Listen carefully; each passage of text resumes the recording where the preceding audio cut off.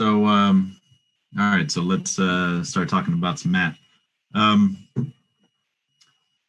so there was a last result I was going to prove for series, which is that if you have an absolutely convergent series, then and you rearrange it, then that series is also absolutely convergent and converges to the same thing as the unarranged series. But I'm going to leave that to the lecture notes, and we're just going to start on a new topic. So the topic that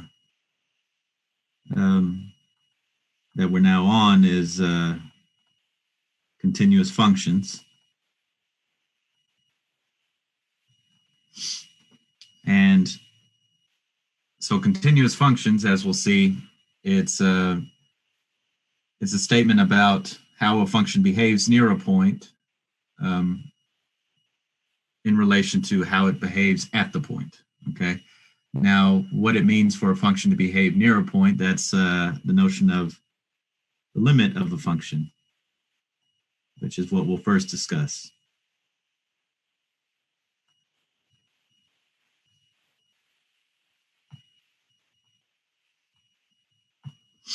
Okay. Now, at what points are we going to be looking at it? So this is where limits take place, and somehow we want to look at a function near a point, near points where there's a lot of a set nearby to actually look at f at. So f is usually defined on some set s, and we want to look at points so that there's a lot of s nearby, and we kind of already dealt with these types of points when we encountered cluster points in the assignment. So this is exactly where we start looking at limits. So this is a definition that I'll recall from the assignment. Let S be a subset of R, and X and R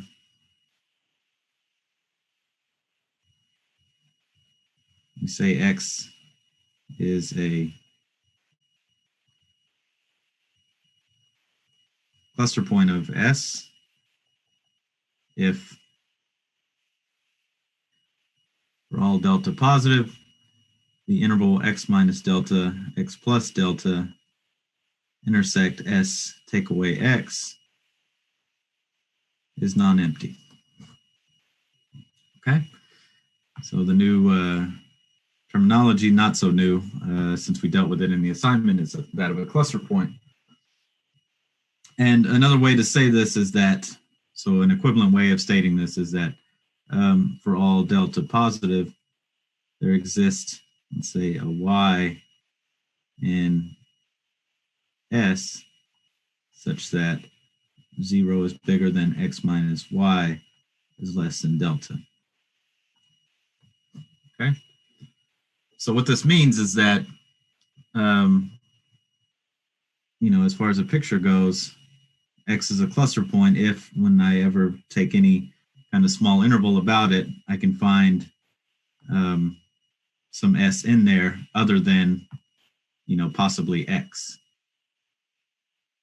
And this should be able to be done for every interval. So let's take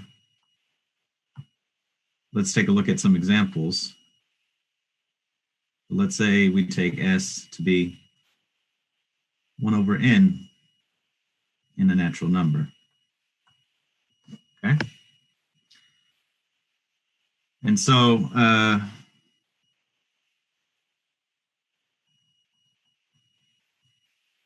since now I actually have people in front of me, I can actually ask questions.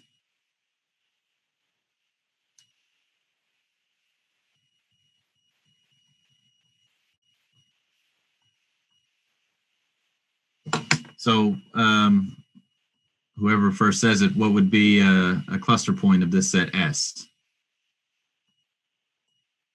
So what would be a point in the real numbers so that there's a lot of S near it?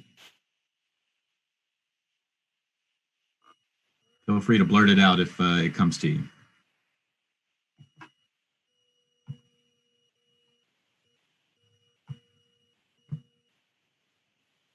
Or just take a guess. 1, so that's one possibility. So there has to be a lot of S near this proposed cluster point. So let me mark out the points that we have. There's put 0, and then a half is there, and then a third, fourth, fifth, sixth, so on and so on. And so I see a guess of 0, so that's a good guess as well. So why would 1 maybe not be a cluster point? Well, it's because if I draw a little interval around 1, then there's only 1 point in S in here, and it's the proposed cluster point 1. Okay, so remember, what we should be able to do is find in every small interval sum of S in the interval that's not equal to the point. Okay, and we can't do that for the point 1. But for 0, if we draw any interval around 0, there's plenty of S in the interval not equal to 0. Okay, so here,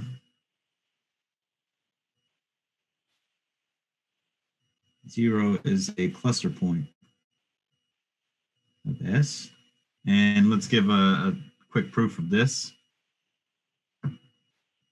So we have to verify for every delta positive, this interval 0 minus delta, 0 plus delta, intersect S, take away 0 is non-empty. So the delta be positive. And now here's the picture. Here's 0, here's delta, minus delta. We have to show that there's some S in here. So we simply choose a natural number n large enough so that 1 over n is there. And we can always do this because of the Archimedean property of the real numbers, right? So let delta be positive. Choose a natural number n so that 1 over n is less than delta, and it's certainly bigger than 0 since n is a natural number. Then 1 over n is in x minus delta, x plus delta, intersect S, take away 0. So this should have been 0.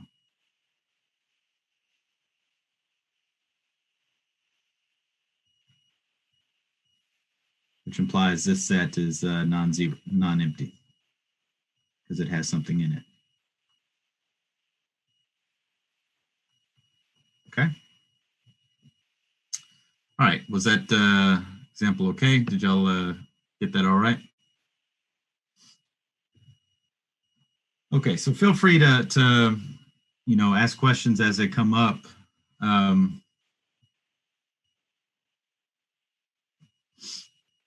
So let's do another example. This one I will not give a proof of, full proof of, but we'll just kind of talk our way through it. Let's say S is now the open interval 0, 1.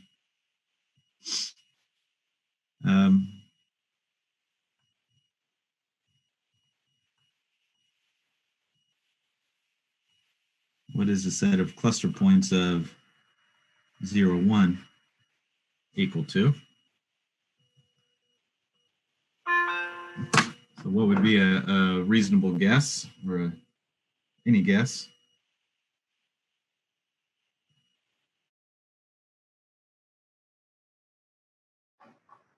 So yeah, so certainly this will contain 0, 1, right? Since so 0, 1, everything between 0 and 1 should be a cluster point of 0 and 1 because there's always a lot of numbers. There's a lot of numbers between 0 and 1. So if I draw this 0, 1,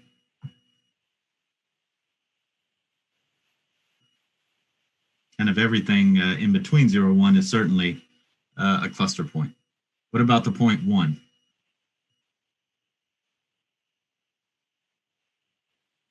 Is that a cluster point of this set?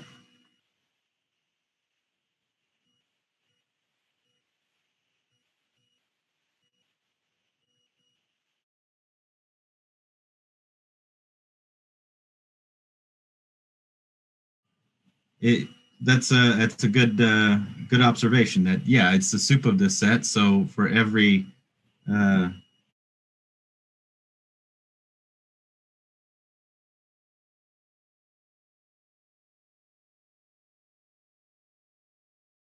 right. So um, so for every delta positive, if I draw a little interval around 1, there's going to be a number less than 1 that's bigger than 1 minus delta, right? The set of cluster points of the open interval 0, 1 is the closed interval 0, 1. Okay? Now, let's do another example. Let's say we look at now set of rational numbers.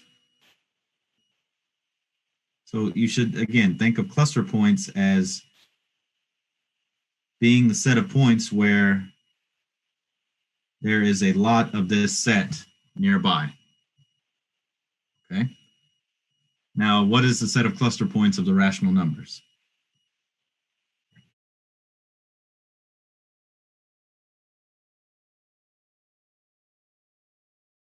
Okay, so perhaps it'll contain the irrational numbers. So let's think about this for a little bit. So for example, let's look at square root of 2. Okay, perfectly good rational number. I mean irrational number. If I draw a little interval around square root of 2, can I find a rational number in there that's not equal to square root of 2?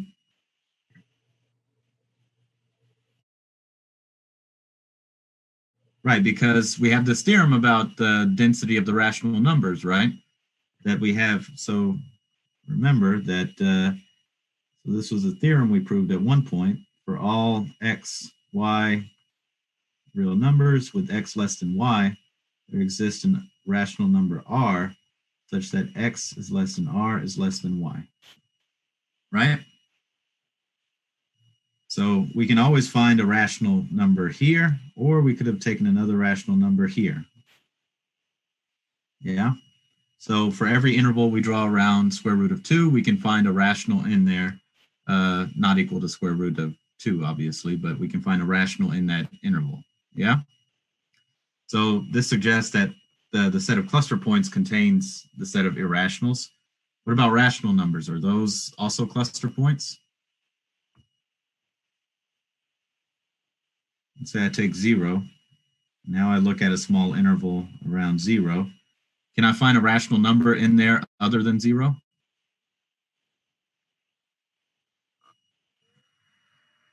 I'm not asking like, actually give me one. I'm just saying, is it, does there exist a rational number in this interval other than 0? Yeah. By this theorem, right? We can also use the theorem to find a rational in this interval as well. So no matter if it's square root of 2 or any irrational number, no matter if it's a rational number, everything is a cluster point. So the set of cluster points of rational numbers is equal to R. Okay? Is that clear?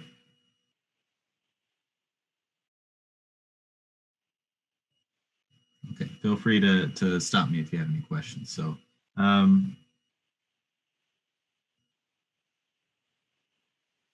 now let's look at, for example, S equal to just a single guy, say 0. Okay. Remember, cluster points of a set means there's a lot of that set nearby. Now I claim that this guy has no cluster points. Because if you think, so intuitively, why is this? This is because for something to be a cluster point, it has to have a lot of the set near it, a lot. And there's not a lot of set to begin with. There's just one element. So let's see why this is the case, okay? And this gives us a chance to negate the definition of cluster point, which is always a good idea. Okay. So S equals just the singleton set 0. This has no cluster points. And so the negation of the definition of a cluster point, so X is not a cluster point of S means if this is some bad delta, remember, so the definition of cluster point is a for all delta. So negation means there exists one bad delta, so that X minus delta 0, X plus delta 0, intersect S, take away X, equals the empty set. Okay? So the picture that goes along with this is that X is not a cluster point if there's some interval and possibly the only S there is the point X, but nothing else. Okay? All right, so let's use the negation of this definition to show that there are no cluster points. Okay? And we have to deal with two cases. We want to show if X is in R and X is not a cluster point of S. And I'll just do the case X not equal to 0. X equal to 0 is much easier. So we'll just do X not equal to 0.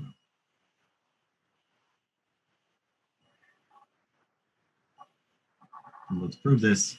And what's the idea? We have to be able to find, so here's 0. This is all that S is, it's just this point 0.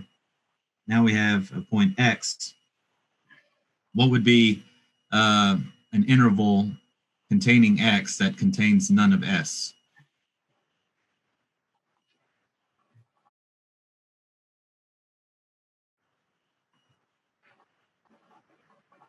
So X here is just some non-zero number. S is what's highlighted. Could be an interval around X that doesn't contain any S.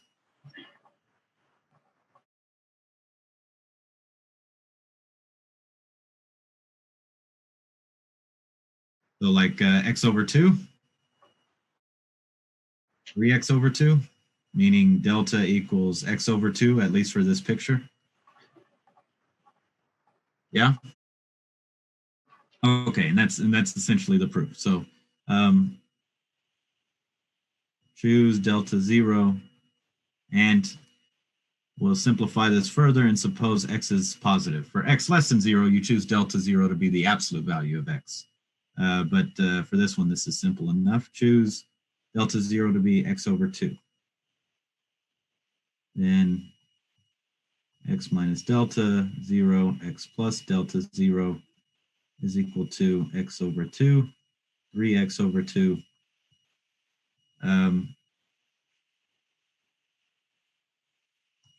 And since 0 is not in this set, implies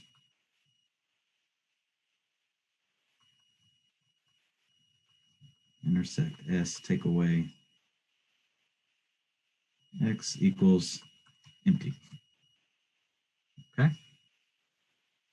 So we had to find a delta so that this interval around X doesn't contain anything from S, and we've done that by choosing delta 0 to be X over 2.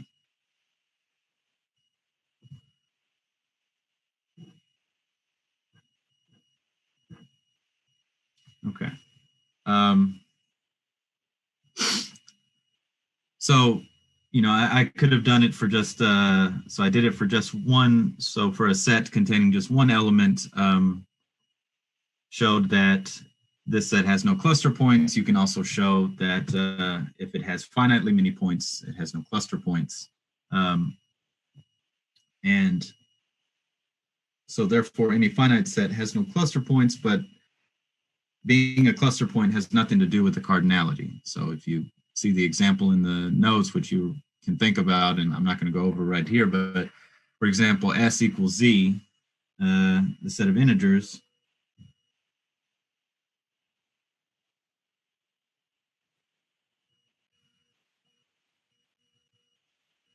this has no cluster points. Okay, so being a cluster point means where is the set clustering. So it has nothing necessarily to do with the size of the set, but kind of where the set is taking up space in the real number line. All right, so with the definition of cluster points, so let me first state the theorem that in fact you proved in the assignment, which is that for cluster points, so let S be a subset of R, and X is a cluster point of S if and only if there exists sequence Xn of elements of S take away X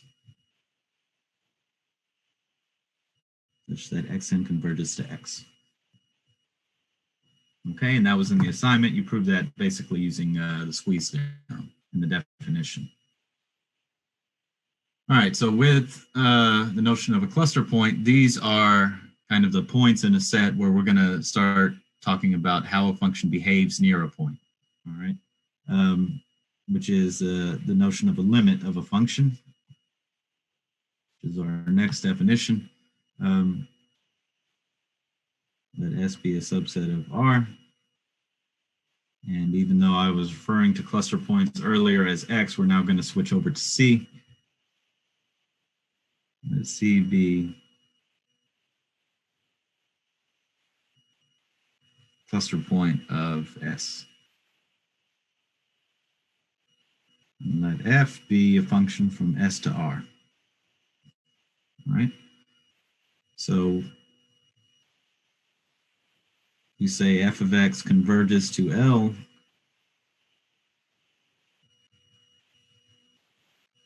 as X goes to C.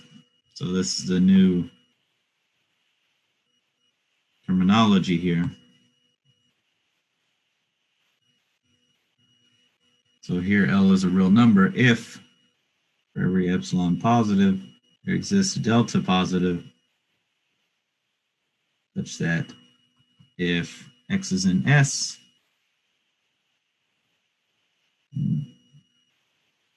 absolute value of X minus C is bigger than 0 and less than delta, then f of X minus L is less than epsilon. So let's try and compare this definition a little bit to what happens for a sequence. So for a sequence, the sequence is getting close to L as long as we go far enough out in the sequence, as long as we look at terms far enough out. Now, for limits of functions, that going far enough out along the sequence is replaced by as long as we look close enough to the point C, but not at the point C. So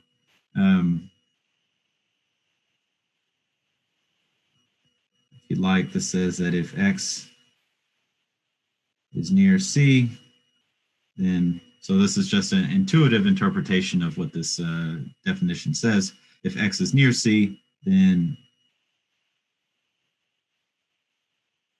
f of X is near L. And let me also throw in here that we're saying that X is near C, but not equal to C. Okay, but for a limit, you don't look at what happens at f of C. The function doesn't even need to be defined there to be able to define what a limit is. We just care about what happens nearby. Okay, so you could have, the picture you should have in mind is that here's C, and maybe f is not even defined up to there, but There's f, now the graph of the function f there.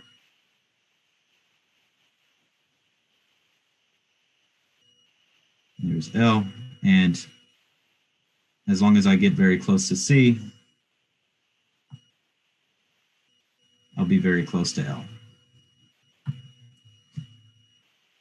Very close being, measured within some strip here. Okay.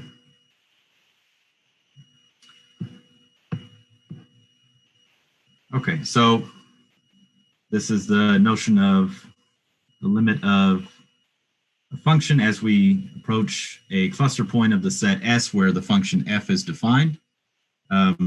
Just a little bit of notation.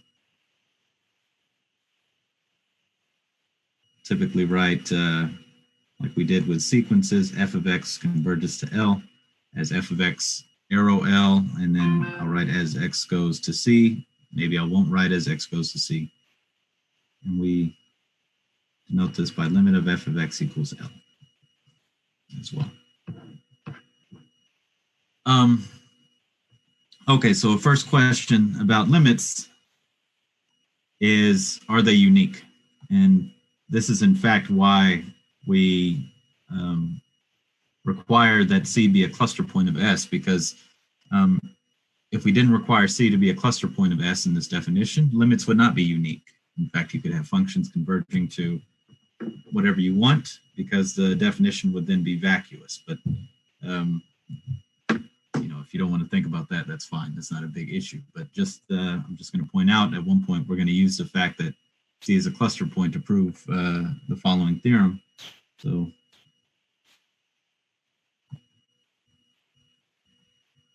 let C be a cluster point of S, which is a subset of R.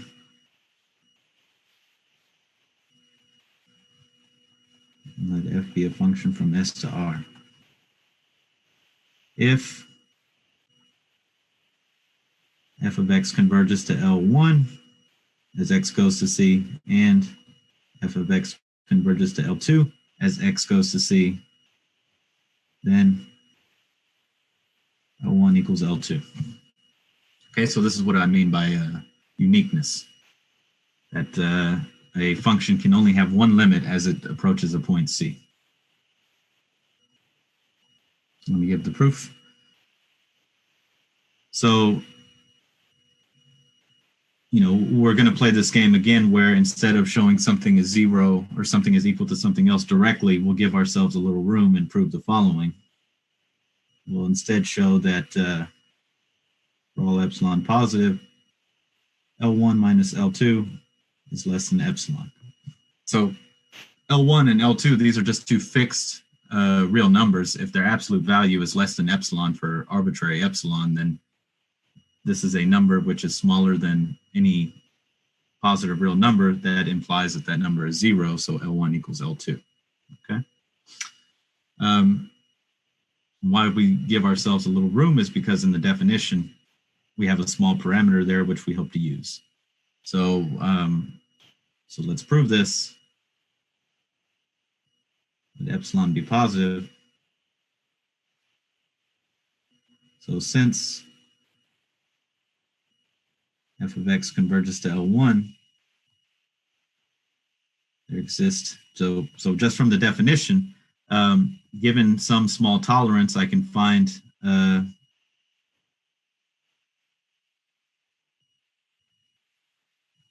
little number delta, so that if I look inside this interval, I get mapped to the interval L plus epsilon, L minus epsilon. So there exists a delta 1 positive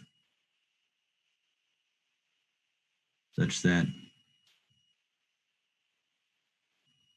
if x is in S, and I'm going to probably keep forgetting to write that, but that should be understood that x is in the domain of the function f. If x minus c is less than delta 1 and bigger than 0, then f of x minus L1 is less than epsilon over 2. Okay? And And the same thing for L2. I mean, if f of x is converging to L2, then there exists a delta 2 so that I have the same statement. So instead, I'm just going to change this 1 to I,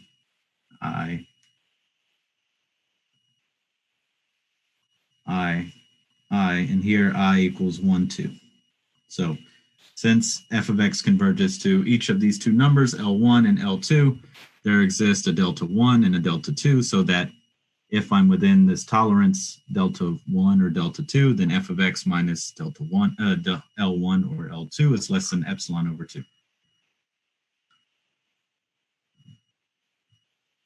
Let delta be the minimum of these two numbers. Now, since C is a cluster point of S, there in fact does exist an X in S such that 0 is bigger than X minus C is less than delta. All right. And I'm going to use this X to compare L1 and L2. Then since X is in this interval, or I should say since it's, so remember I have this, which means I have this inequality for I equals 1, 2. And I get f of x, I should say, L1 minus L2.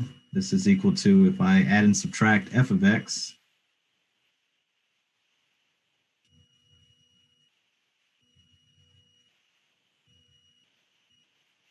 and now use the triangle inequality,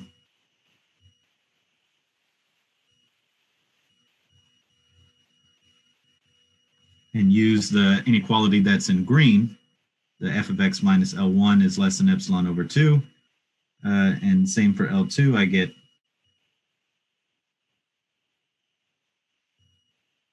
equals epsilon, okay? And that's the end because remember we started off with the absolute value of L1 minus L2. Are there any questions about that?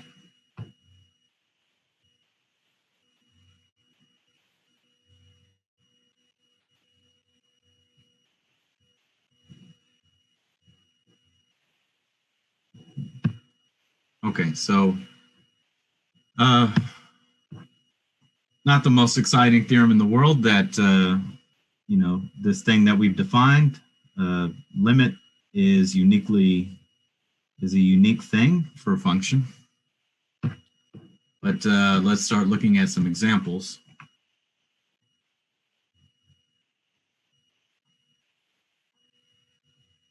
And at one point, we'll look at the negation of this definition. So let's look at the limit as x goes to c of the function ax plus b. And I claim this is equal to ac plus b.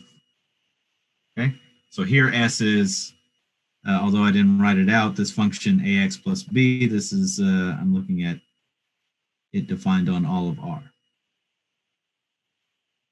And c is a real number. Okay, so we have to verify this definition.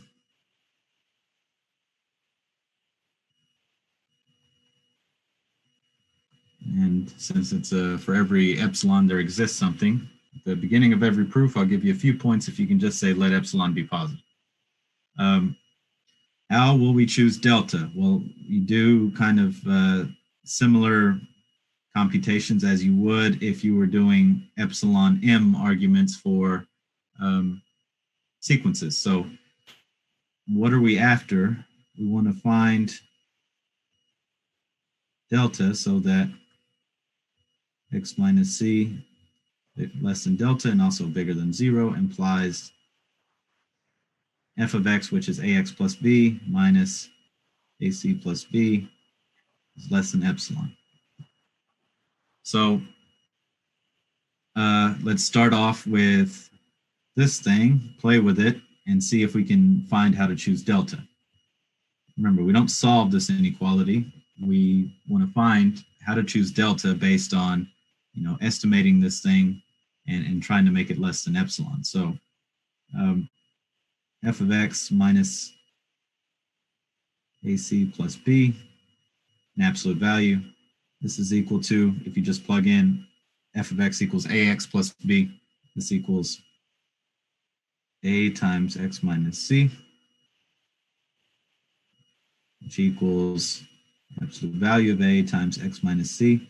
And now we're in business because the thing that we do have control over is the delta, right? It is how big x minus c is. So this is less than absolute value of a times delta if x minus c is less than delta. And remember, the thing that we want in the end is the thing in yellow, and the thing we get to control is the thing in green. So if I want the thing in yellow and I have the thing in green, how do I choose delta?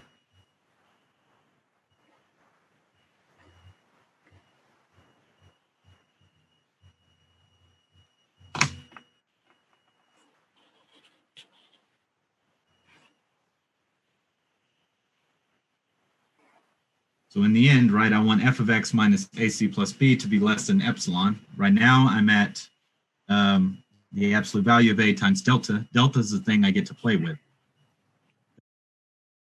So how do I choose it? Epsilon to be absolute value.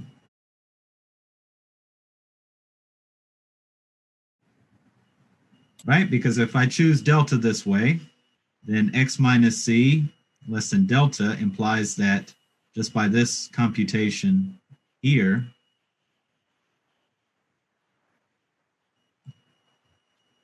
I would get epsilon in the end. Yeah? So that's kind of the scratch work that goes into it. Again, delta is the thing you get to choose. You get to choose based on epsilon. And so you look at f of x minus ac plus b. You estimate it to be no bigger than the absolute value of a times x minus c, which is less than the absolute value of a times delta. And so if you want that thing to be less than epsilon, you should choose, for example, delta to be epsilon over the absolute value of a. There's not a unique choice. I could have chosen delta to be epsilon over 2 absolute value of a. But this is a choice, okay? So let epsilon be positive. Choose delta to be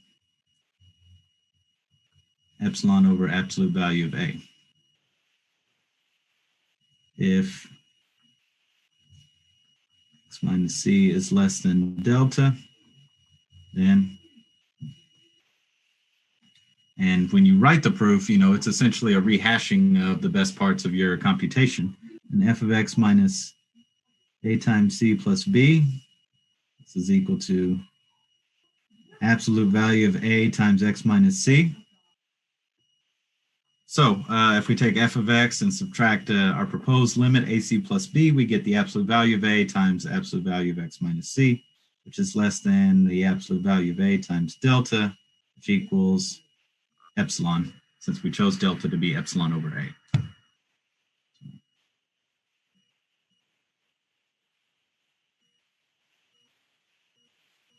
Okay, and that's the proof. Are there any questions?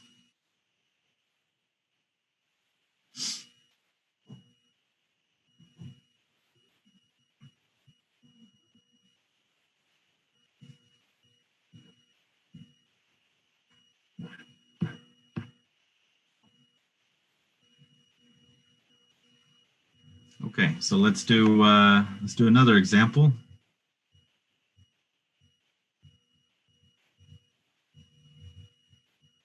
Let's look at the limit as x goes to c of the function square root of x, and I'm going to show this is equal to square root of c.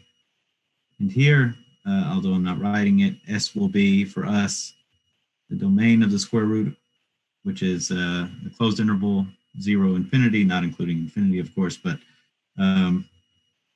And for what I'm going to do, C is positive. Okay. You can also do C equal to 0, but for this proof, I'm going to do C positive.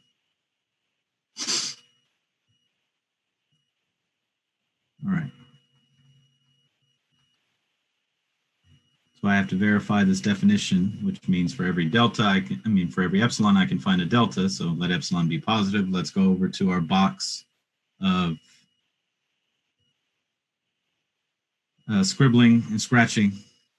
So remember, our goal is to find a delta, which I can choose so that f of x minus square root of c in this case is less than epsilon. So if I look at f of x minus square root of c, this is square root of x minus square root of c. And perhaps you remember from your days in calculus that whenever you see the difference of two square roots, it's a good idea maybe to multiply the top and bottom, or I guess multiply by 1 in a very special way, so that I get the difference of squares. So this is equal to the square root of x minus square root of c times square root of x plus square root of c all over square root of x plus square root of c. Okay. And so now I have on the top, I have product a minus b times a plus b. So that's the difference of squares, which gives me x minus c on top over square root of x plus square root of c. Okay. And remember, this is less than the thing that we're going to choose in the end. The absolute value of x minus c is less than delta. So this is less than square root of x plus square root of c. Now, in the end, you have to you can choose delta depending only on epsilon and maybe the point c, okay? You cannot choose it to be dependent on the point x, which is changing, right? What maybe you're tempted to do here is to then choose delta to be square root of x plus square root of c times epsilon. Don't do that, okay? Because delta, again, only depends on the point c and the point epsilon. It cannot depend on the thing that's changing, which is x, right? This is changing. So you don't make this choice.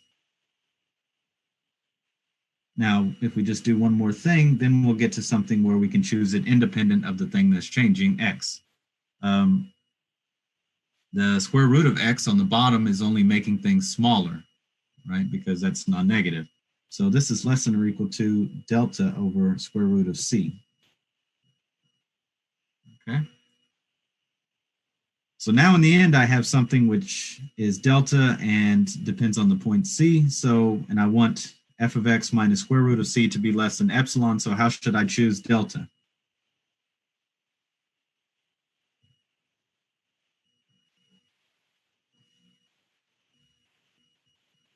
Shout it if you know it.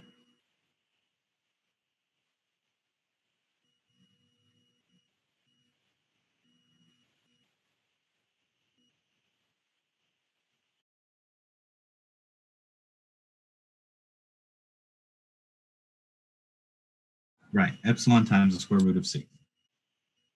So now this will be our choice. So choose delta to be epsilon times square root of c.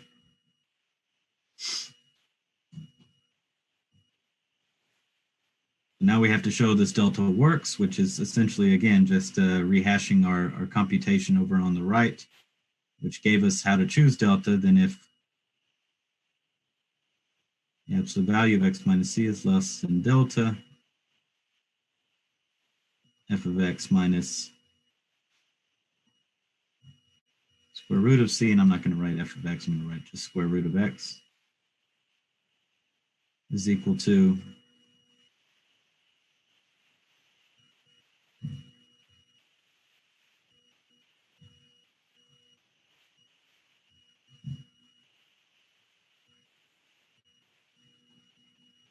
basically what we did over here in the box, which is the absolute value of x minus c over square root of x plus square root of c which is less than or equal to, if I take away the square root of x on the bottom like we did before, which is less than delta or square root of c, which equals epsilon square root of c over square root of c, which equals epsilon. So this delta works. Okay.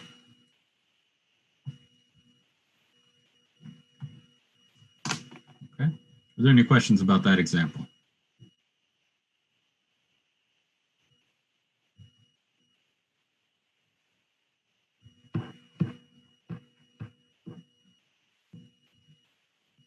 Okay.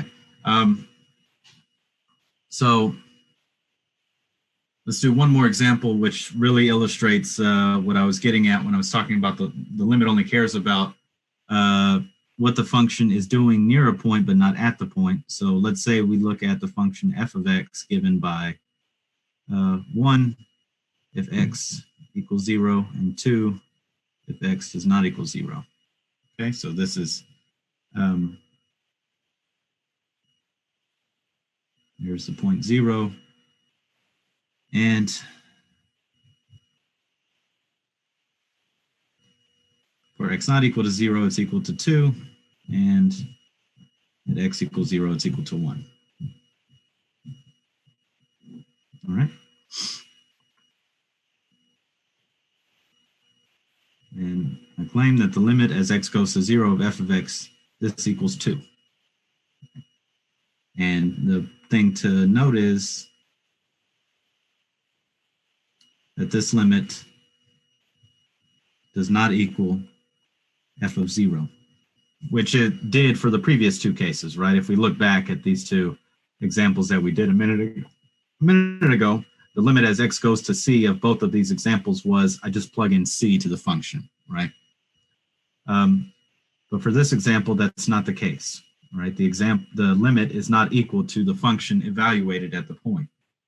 Again, highlighting that limits don't care about the function evaluated at the point, they care about what's happening near the point, okay? And near the point, f of x is just equal to 2, identically, okay? So I'll give you the quick proof, or you can completely ignore it and just believe that the limit as x goes to 0 of this function equals 2. So the point is that for x not equal to 0, f of x is just a constant 2. So let epsilon be positive. And you can choose delta to be whatever you like, because f of x, when x is not equal to 0, is going to be equal to 2, the proposed limit. Then if 0 is bigger than the absolute value of x minus 0, which is just x is less than delta, then this implies x is not equal to 0. And therefore, if I look at f of x minus 2, this is just 2 minus 2 equals 0, which is less than epsilon. Okay. Any questions about this example?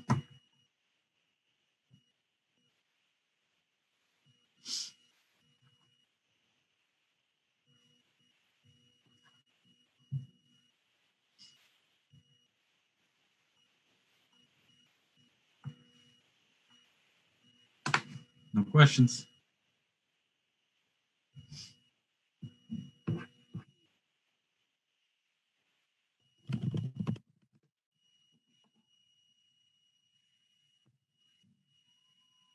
All right, so what we'll talk about now is, so before this section on continuous functions, or at least this section on the limits of functions, we had the notion of limits of sequences. And so a natural question is, how do limits of functions and limits of sequences belong together, interact, relate to each other, I guess is the best way to phrase that question. And the point is that to decide if a function has a limit, it suffices to stick in sequences that converge to that point that you're looking at, okay? And that's the content of the next theorem. So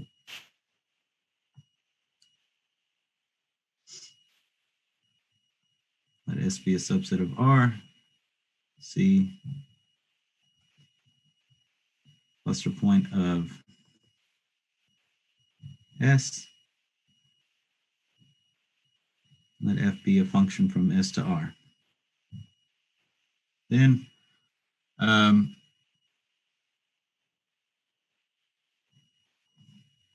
limit exists. Limit as x goes to c of f of x equals a number L. This is equivalent to the statement that for every sequence x sub n of elements of S take away C, such that xn converges to C, we have f of xn converges to L. Okay, so again, the statement of this theorem is that a function converges to L if and only if, for every sequence I stick into the function, which converges to C, f of xn converges to L. Okay, so to choose or to decide if a function converges, it suffices to look at convergence of certain sequences. Okay. Okay. And, you know, why is this theorem important, or at least very useful? It's because with this theorem, we now get basically every analog of theorems we prove for sequences for free. Okay, for example, limits of sums of functions, a squeeze theorem that's can be stated for limits of functions, and so on. And I'll say a few comments about this after we prove the theorem. All right, so let's, this is a two-way street. So, and I'm going to mark the second statement in green. That way I don't have to rewrite it again. So first assume that limit as x goes to c of f of x equals L. And now we want to prove the statement in green. Okay. So here's the idea. So now we want to show, so let xn be a sequence of elements and S take away C, such that x sub n converges to C. And what we want to show is that f of xn, which is now a new sequence, converges to L as n goes to infinity. Okay, so here I should write as n goes to infinity, and here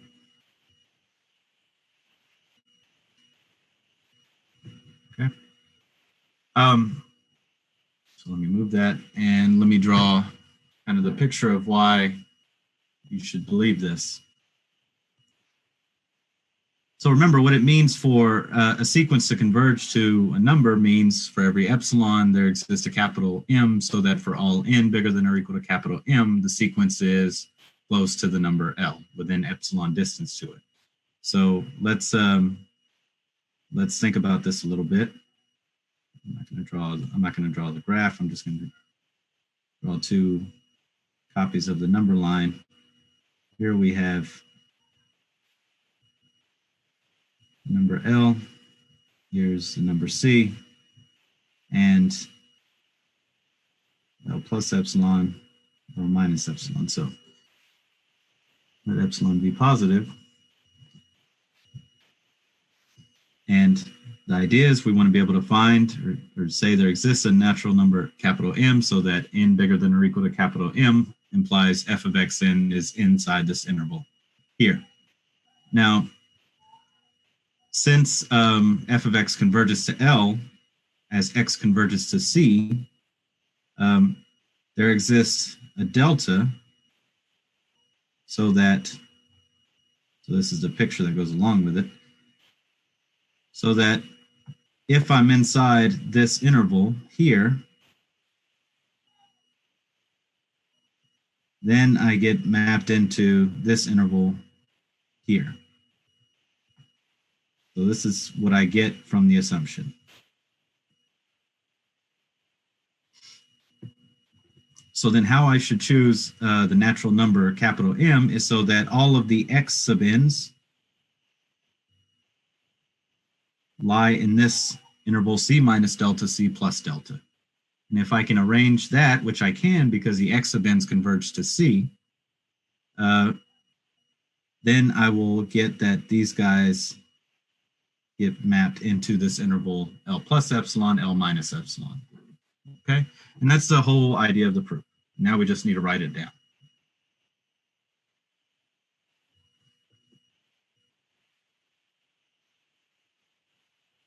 Since f of x converges to L, there exists a delta positive such that if less than delta, then f of x minus L is less than epsilon. That's what I drew in yellow there. Now, since the sequence x sub n equals c, this implies that there exists some natural number m sub 0 such that for all n bigger than or equal to m sub 0, and since all of these x sub n's are not equal to c by assumption, they're in the set S takeaway c, x sub n minus c, and absolute value is bigger than 0 and less than delta. Okay. This follows from the definition of convergence of sequences to a point. Here, if you like, I'm choosing epsilon in that definition to be delta. And this delta is coming from the definition for convergence of functions. And so we'll choose capital M to be this integer m sub 0. And if n is bigger than or equal to m, I get that by our choice of it being m sub 0, I get that x of n minus c is less than delta. That means that it falls in this little yellow highlighted part in the first number line, which implies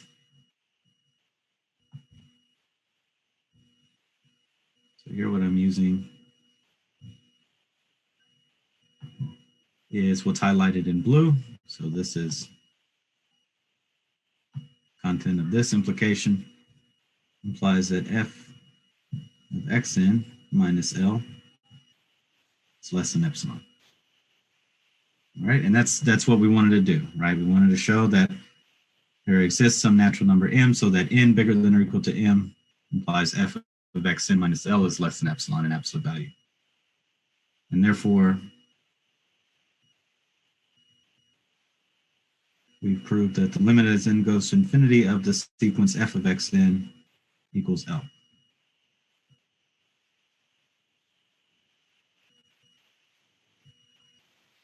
Okay, so that's one direction of this if and only if statement. Let's prove the opposite direction. So suppose what's highlighted in green holds.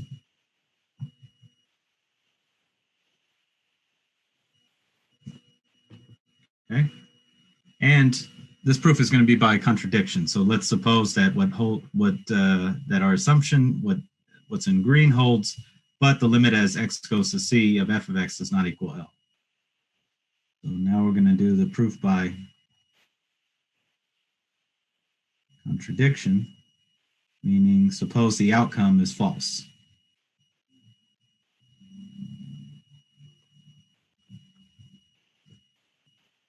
Okay, we're still assuming what's in green holds. That's our assumption. And for a proof by contradiction, we assume that the outcome or the conclusion is false, which is that the limit of as x goes to c of f of x does not equal L.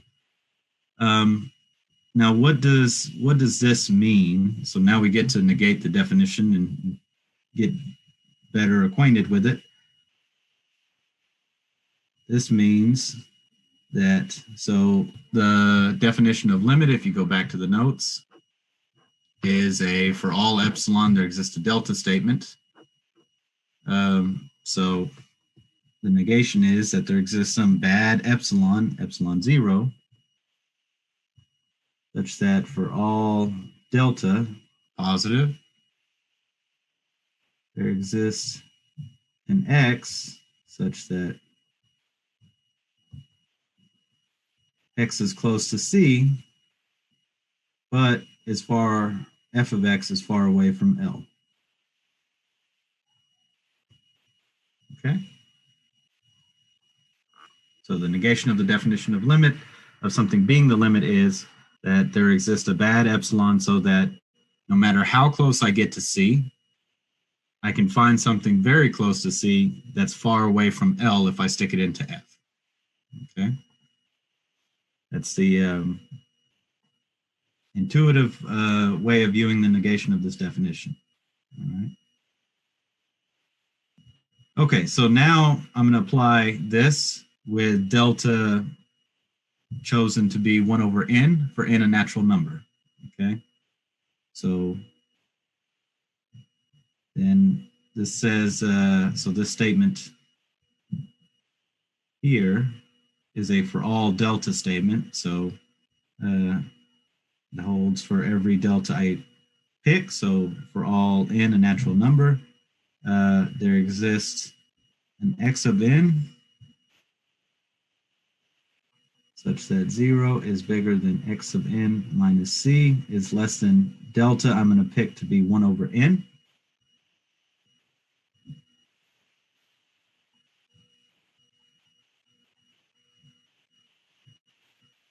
And f of x of n minus L is bigger than or equal to epsilon 0. So first off, I made a for all n statement. Let's think about this for just a second. So certainly for delta equals 1, I can find a number x of 1 satisfying 0 is less than x minus c is less than 1, and f of x minus f of x of 1 minus L is bigger than or equal to epsilon 0. But delta can be anything I choose, so for delta equal a half, I can find an x sub 2 such that x sub 2 minus c is less than 1/2, and f of x minus L is bigger than or equal to epsilon 0. So I'm just choosing delta to be 1 over n for each n a natural number.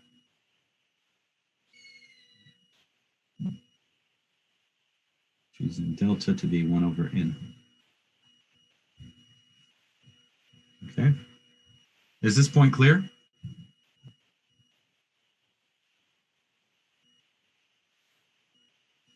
Okay. Please stop me if you have questions and something is not clear. Okay, so I have this sequence of elements of S that are not equal to C because they're an absolute value bigger than 0, or the absolute value of x of n minus c is bigger than 0. And they satisfy these two inequalities, okay?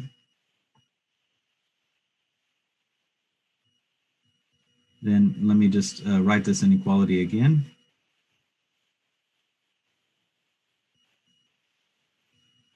So then the inequality that I have is for all n, the natural number, 0 is less than x of n minus c is less than 1 over n. I claim that the x of n's must then converge to c.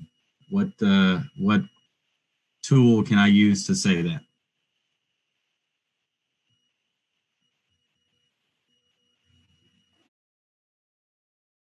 Squeeze theorem, okay? Because this thing on the left, 0, this, if you like, is a sequence, just a constant sequence. This converges to 0.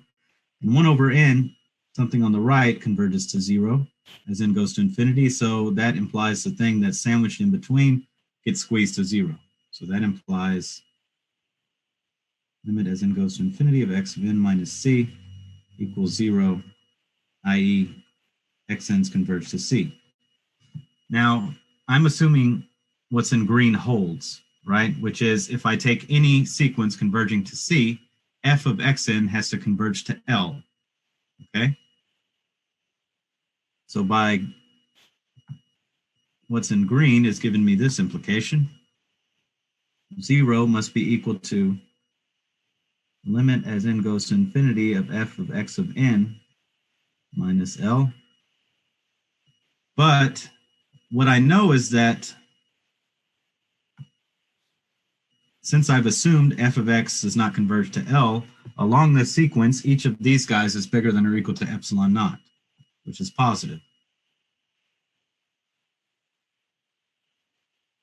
So now I've concluded that 0 is bigger than 0.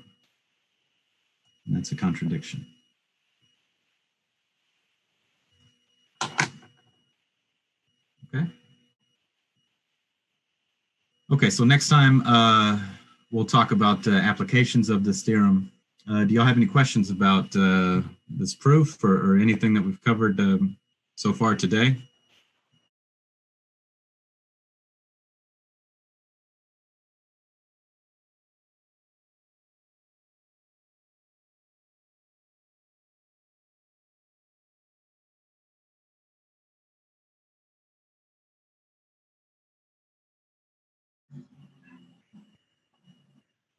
I mean, how you get the choice of delta from doing it?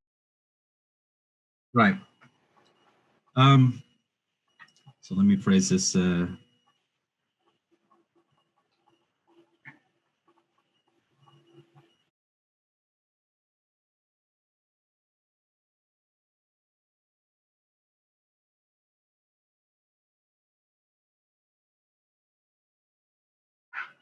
Yeah, I mean, so, you know, probably in most classes, you would just be given this proof that's over here on the left. And somehow it looks like magic that I chose this delta this way, and it ends up working, right? But the thinking that goes in behind it is, so what's the thing you want? You want what's in yellow. Okay, so let me erase some of what's in yellow. You want to choose delta so that if you take f of x minus ac plus b, that thing in absolute value will be less than epsilon, okay? So start with that thing that you want to make small, or that you want to ensure is small, f of x minus ac plus b, and start computing. And when you compute it, you get what we got here in the second bit of yellow, okay? And we're assuming that the absolute value of x minus c is less than delta, all right? We're trying to choose delta so that what's in green implies what's in yellow, okay?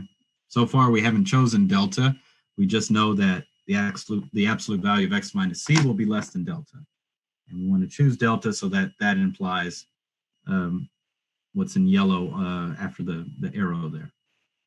So when we do this computation, and assuming that the absolute value of x minus c is less than delta, we get this thing right here.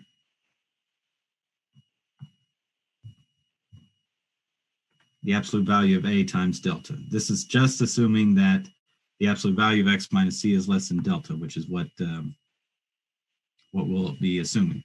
So, and we want what's in yellow, which is that thing to be less than epsilon. So what we've arrived at is this thing here, which we want less than epsilon, is less than this thing in red, okay?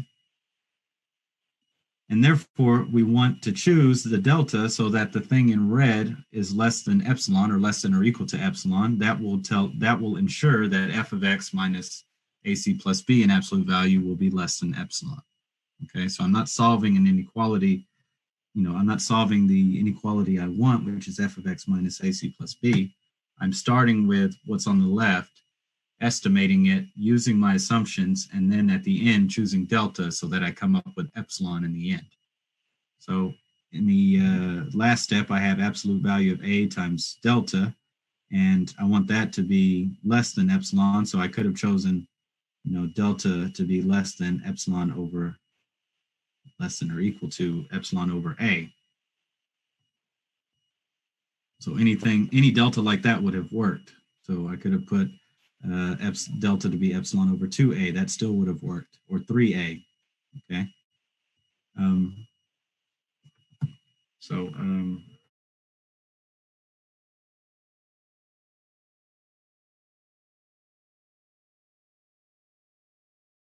Yeah, it's what's in green. That's the thing we're assuming.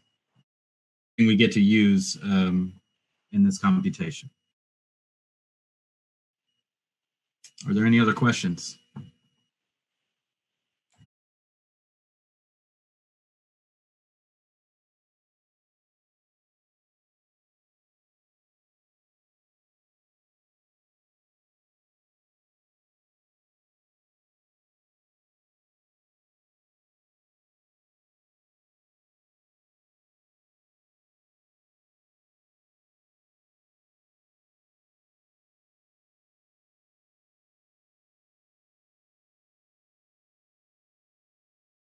This is a style thing, all right? So throughout this entire semester, you know, for all epsilon, you have to be able to find m so that something happens, right? So at some point, you always say choose m to be something, right? Maybe it's the maximum of some m0, m1 that you had, or choose m to be one so that 1 over m is less than epsilon or something like that. So I'm just sticking with that style of saying choose m to be this. Otherwise, I could have said there exists a capital number m so that for all n bigger than or equal to capital M, x sub n minus c is less than delta, and then move to the next part. But, you know, throughout the course, I've always, like, at least in the proofs I presented, you know, you're making a choice of capital M, right? You're always, it's for all epsilon, there exists a capital M. So that means you have to tell me how to choose capital M. And it's the same thing with these, you know, epsilon delta proofs, is that for all epsilon, there exists a delta. So at some point, you have to tell me how to choose delta in the proof. So I've just kind of stuck with that style of saying choose M to be something. Although you're absolutely right that I could have just said for all n bigger than or equal to capital M0, I have what I want, and therefore, you know, implicitly I'm saying that M equals M0 is the thing that works.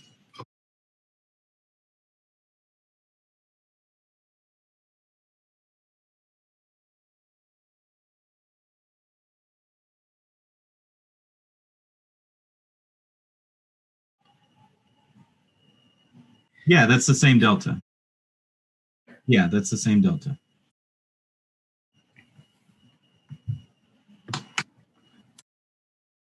Mm-hmm.